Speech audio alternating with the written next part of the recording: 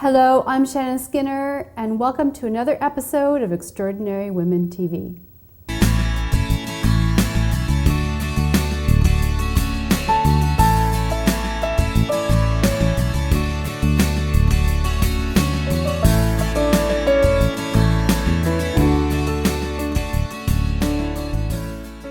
My first guest is Tina Petrova, a Toronto-based filmmaker, advocate, and visionary who creates works of faith and healing. Welcome to the show, Tina. Thank you. It's great having you here. You've got a really very interesting background, quite eclectic, but in recent years you have really harnessed media and film, doing some interesting things with the mission of not so much ridding people of chronic pain, but bringing awareness and healing to those that have chronic pain. Yes, I'm a chronic pain patient myself, and interestingly enough, the first feature film that I did came right on the heels of a very tragic accident where I was in a Jeep that plunged off a 6,000-foot cliff. And the medical doctors at that time said, you know, you're unrehabilitable. You'll never be able to be a major contributing part of society again. And indeed, you know, it took me a very long time to heal. I had been a professional yoga teacher and a documentary filmmaker. I danced and acted in musical theater. And it was through that personal struggle of climbing out of that hole, of having broken ribs and having chronic pain that wouldn't heal, that became the basis of my first feature film, Rumi Turning Ecstatic, which interestingly enough was about a poet from mystical Islam. So there's quite the bridge there, driving off the cliff to a poet from Islam, but these two actually had a very important link in my life. And there's an interesting story about a woman who came into your life before that accident happened. Oh, the hitchhiker on the road. Yes, absolutely. I was driving in the California desert, and there was a woman, an enigmatic woman standing in the middle of nowhere up at about 6,000 feet near Idlewild, California. And she got into my Jeep. We drove along for a while. And before she left, she said to me, "Don't drive off the cliff today." And I'm a Northern Ontario gal from Sault Ste. Marie. I'd driven in snowstorms, so I just said to her, "Thank you for your concern, but I'll be fine." And 10 minutes later, I hit black ice and fishtailed, and my Jeep plunged over at 6,000 feet. What went through your mind?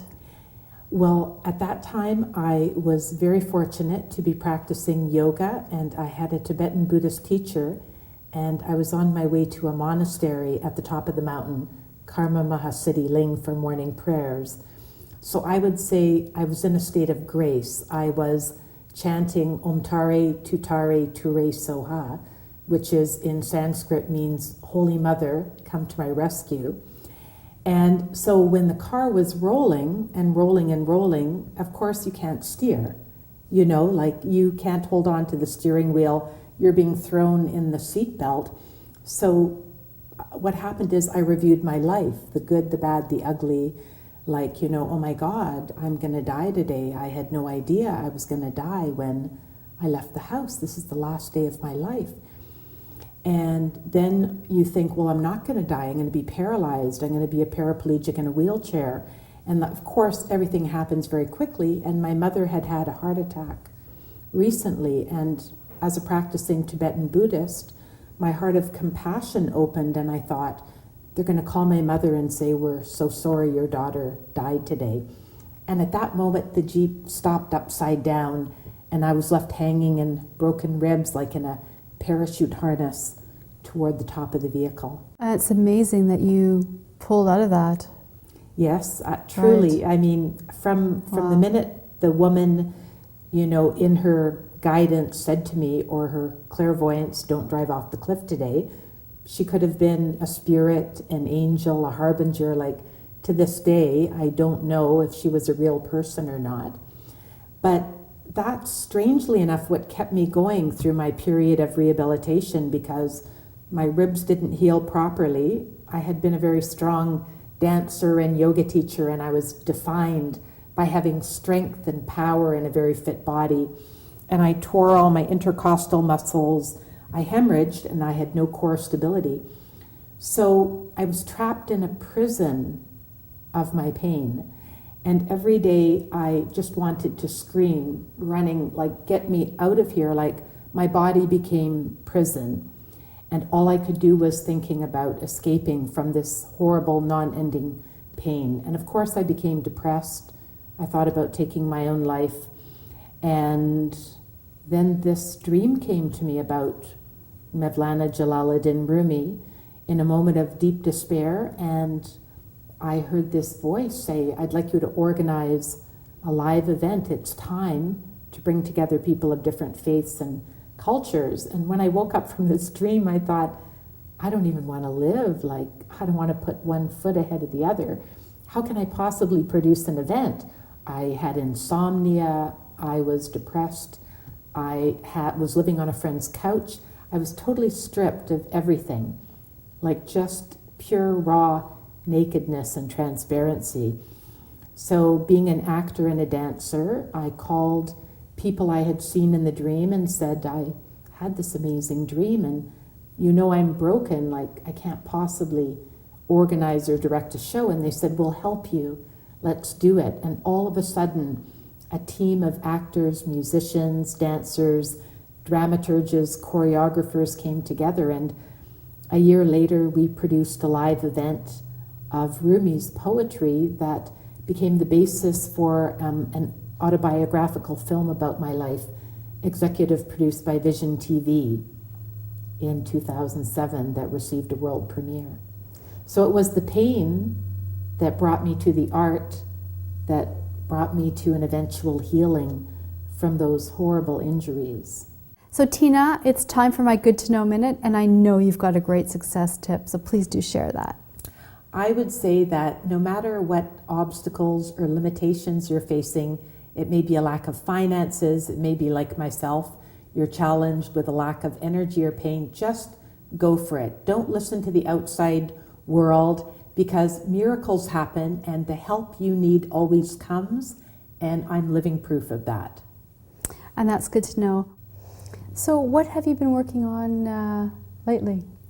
So after the Rumi film became wildly successful because the United Nations declared 2007 the International Year of Rumi, and I was invited all over North America to screen the film. I appeared at the United Nations. Did you speak at the United Nations? Yes, I did. I spoke at the United Nations to the working committees and the ambassadors.